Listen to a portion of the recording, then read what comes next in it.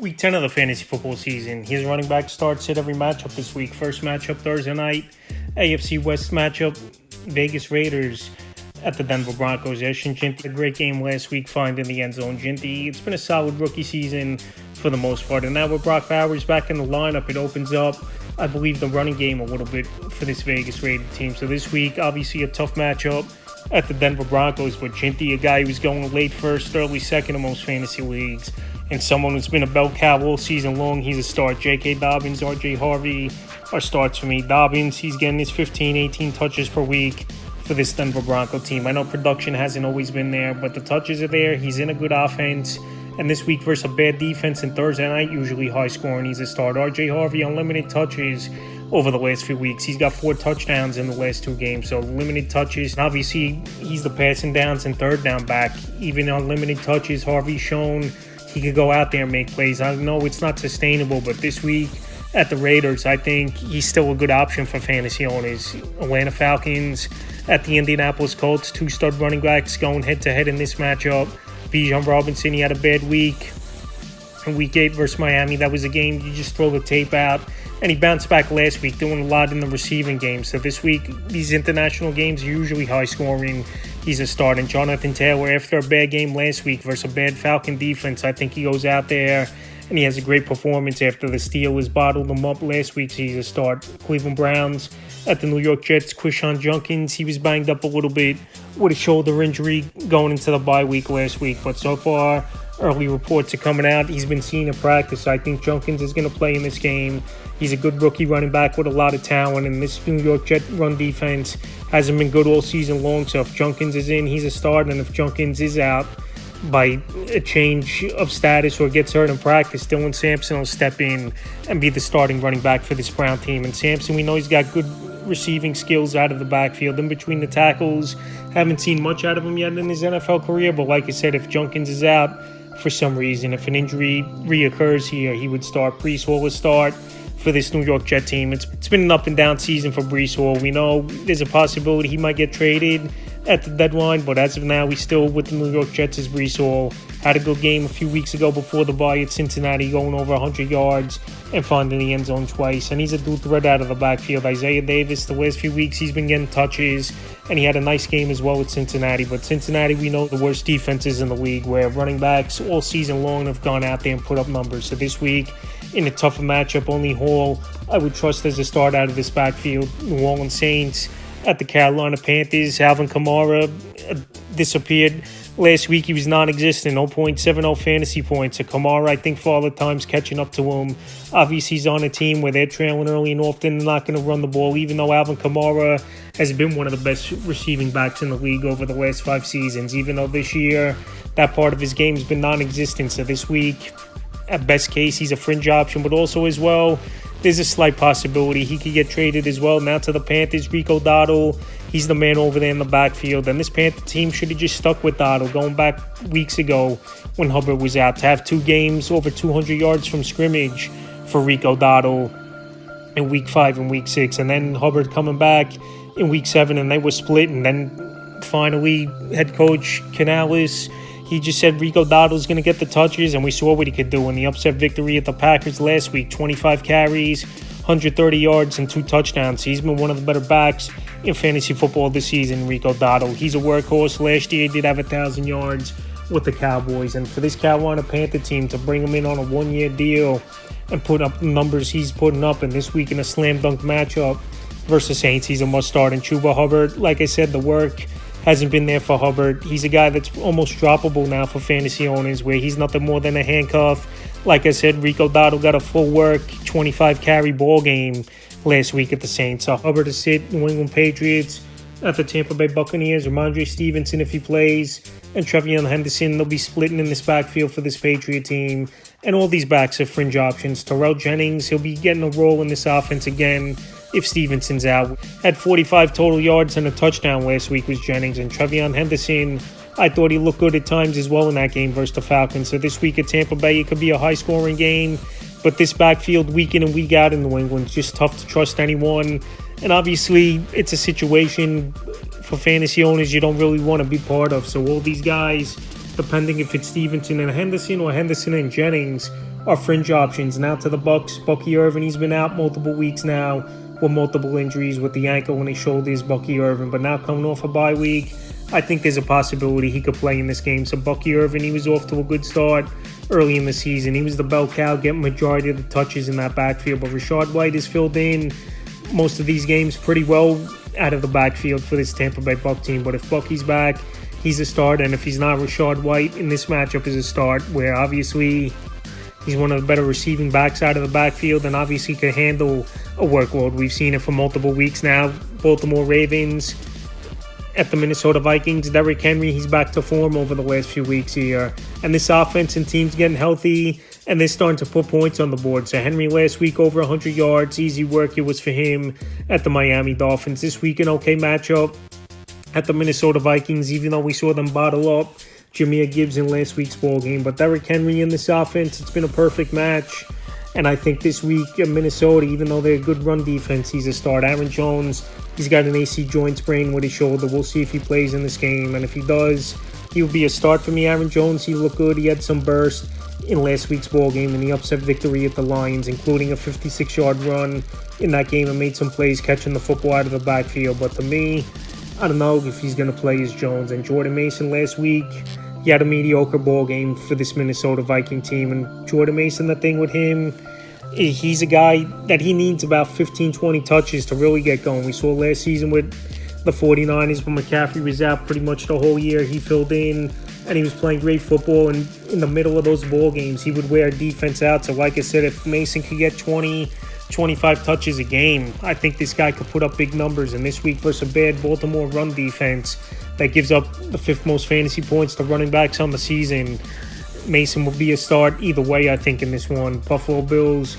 at the Dolphins. James Cook, another 100-yard game. It was last week in a tough matchup versus the Kansas City Chiefs. And this week in a slam dunk matchup at the Miami Dolphins, I think he goes out there, has a big game. Devon Achane, he's a start each and every week. He's in a bad offense, but he's getting catches out of the backfield.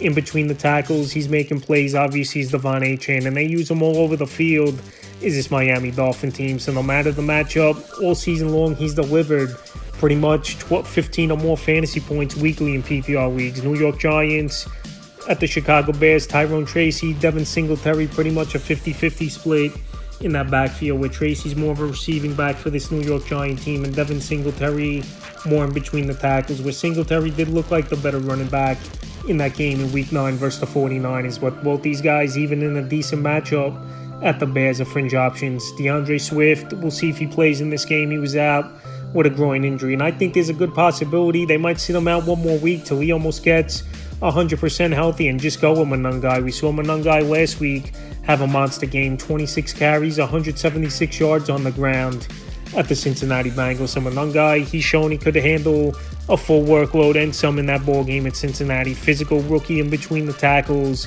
and that's the type of bruising running back that Ben Johnson likes, obviously. He liked it with Montgomery many seasons as a coordinator over there in Detroit, and there's a possibility this could be a 50-50 split in the backfield. But as of now, if Swift plays, he's going to be a start. With Monangai, he'll just be a guy you keep stashed on the bench, and if Monangai's in, once again, he's a great start versus a bad defense of the Giants, Jacksonville Jaguars at the Houston Texans. Travis Etienne, he had a good ball game last week at the Vegas Raiders. This week, obviously, a tougher matchup versus division rival, the Houston Texans, one of the more underrated defenses in the league, in my opinion. But Etienne, he's been solid more weeks than not this season. He's a start. Bashal Tutin, he had good work last week. He had a nice touchdown at the goal line, vultured it from Travis Etienne. But Bashal Tutin, we have to see more consistency and more change of pace and good work out of him getting touches in the backfield. So he's a sit. Woody Marks a start for me in this game. I know this backfield, they were shut down, but that was versus one of the best defenses in the league in the Denver Broncos in last week's game. So if Marks, he could go out there this week, get more touches, where Nick Chubb pretty much, he's on his last legs and hasn't done much this season with this Texan team. Chubb is sit, and Woody Marks, like I said, with his receiving prowess and a good matchup versus a bad defense, even off a bad game, I would trust him as a start. Arizona Cardinals at the Seattle Seahawks. Bam Knight, Amari DiMercato was sits for me in this one. Bam Knight, he only had 9 carries, 27 yards, 2 catches, 20 yards in the Week 9 victory at the Dallas Cowboys. And DeMercado out-touched him in that game, 14 carries, 79 yards. So Michael Carter, he got elevated from the practice squad. Obviously, he didn't see the field. And now it's another 50-50 split. And pretty much this is a backfield that's going to be tough week in and week out to obviously own for fantasy owners. If you want to shy away from it, I don't blame fantasy owners because pretty much it's an ugly platoon over there for the Arizona Cardinals. And this week, definitely a way tougher matchup than it was last week at the Cowboys versus Seattle. So both these running backs are sits. Kenneth Walker, Zach Charbonnet, there starts for me in this game. Kenneth Walker, I know he hasn't been great this season, but I still think he's got that home run ability. And in a good matchup, if he could just show some burst and make some plays where he's in spaces, Kenneth Walker, that's when he's been at his best. And Zach Charbonnet, we know he's the short yardage back.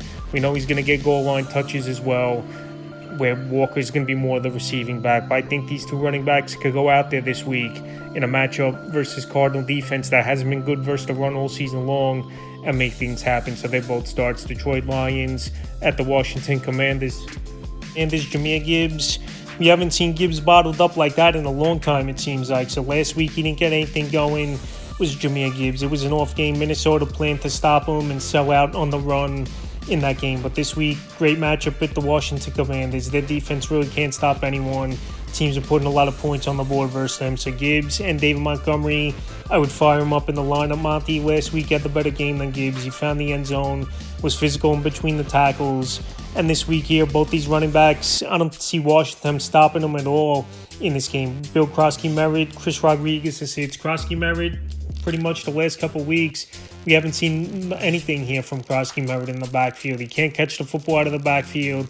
Teams are trying to stop the run and forcing, obviously, Marcus Mariota or Jaden Daniels to throw the football down the field. And now with Daniels obviously out, possibly for the whole season with the dislocated and torn up elbow, Mariota's back in. So I think Lions' game plan is they could get off to a good start, sell out on the run, have Mariota try to beat him. It's going to be a tough day for Krosky-Merritt and Rodriguez. But Rodriguez last week, he did look good out of the backfield, over 5 yards per carry, did find the end zone. I know some of it was garbage time. Someone to be owned in 12-team leagues or deeper, but both these backs I wouldn't have confidence in this. It's Rams at the 49ers, Kyren Williams. It's been a good season once again for Williams. Last week, he had a full workload, 25 carries, 114 yards on the ground, and found the end zone in the victory, easy one versus the New Orleans Saints. And this week at the Niners, running lanes I think will be open.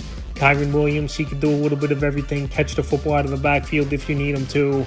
And if Puka Nacua is out, I think they'll rely on the run a little bit more as well in this one. He's a start. Blake Corum, the last couple weeks, his work's gone up.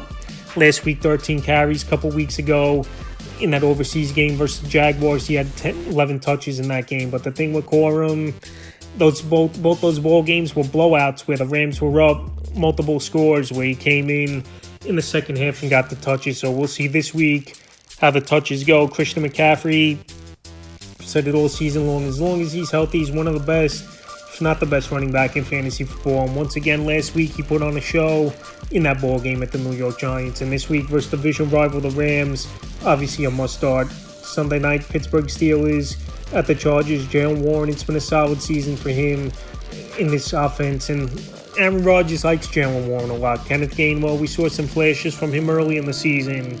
And obviously filling in one game where he had a big ball game was Kenneth Gainwell for Warren versus the Minnesota Vikings. But ever since then, Warren's been back from injury in the lineup playing good football. And this week versus a mediocre defense of the Los Angeles Chargers, he's a star. Kamini Vidal a start. I know last week it was a down game for Vidal, but Tennessee, they have a solid run defense, believe it or not. And we know the Steelers team last week did shut down Jonathan Taylor, but guaranteed touches are going to be there for Vidal. Hassan Haskins, he went on IR. Now pretty much it's Vidal and two practice squad running backs, and Patterson, who's getting some touches in that backfield. So I think Vidal, with Omari and Hampton coming back sooner than later, Week 13, most likely Hampton will be back. Vidal this week versus the Steelers will get volume, and I think have a bounce-back game where this Charger offense has been better at home than they've been on the road. And Monday night, heavyweight matchup, Philadelphia Eagles at the Green Bay Packers. Saquon Barkley, he wasn't concerned with his hamstring injury. I think Barkley will be good to go. They're coming off the bye.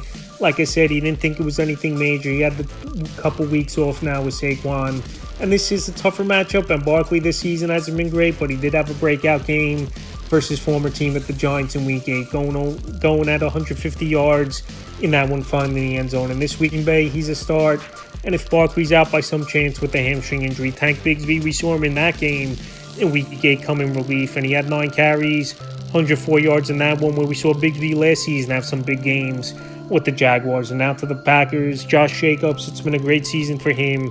He's a matchup-proof running back, a top 10 option weekly, and this week, even in a tougher matchup versus a revamped Philadelphia Eagle DST, Jacobs is a start this week, so that's running back starts hit every matchup for Week 10 of the fantasy football season.